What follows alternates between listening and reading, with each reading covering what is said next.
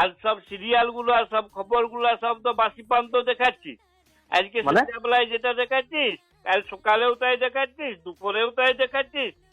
তো বলি আমি পয়সা দিয়ে ওই সকল বাসি পান্ত জিনিস কেন দেখবো? ওটা বাসির তো, ওটা বাসির কি হইলো? ওটা তো চ্যানেল থেকে ওইরকম করে চালায় প্রোগ্রাম গুলাকে। আরেকটা কথা বল, এই তুই এবিপির জন্য তুই আলাদা টাকা লিছিস, আবার 24 ঘন্টার জন্য আলাদা টাকা লিছিস, আর খবর তো গুলো ওটা তো সব একই দেখাচ্ছে সব চ্যানেলে।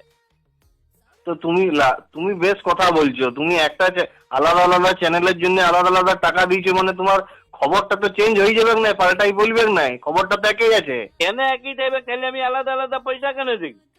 তুই হোটেলে যেই পরে তুই মাছের জন্য আর মাংসের জন্য তুই আলাদা আলাদা দাম দিলি, আর তোকে একই দিবে?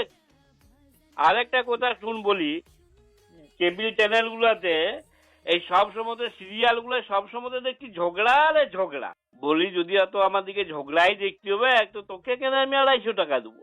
তাহলে তো আমি আমাদের পাশের ঘরের তেবড়াকে 250 টাকা দিয়ে দিব। কেন তেবড়াকে টাকা দিবে কেন?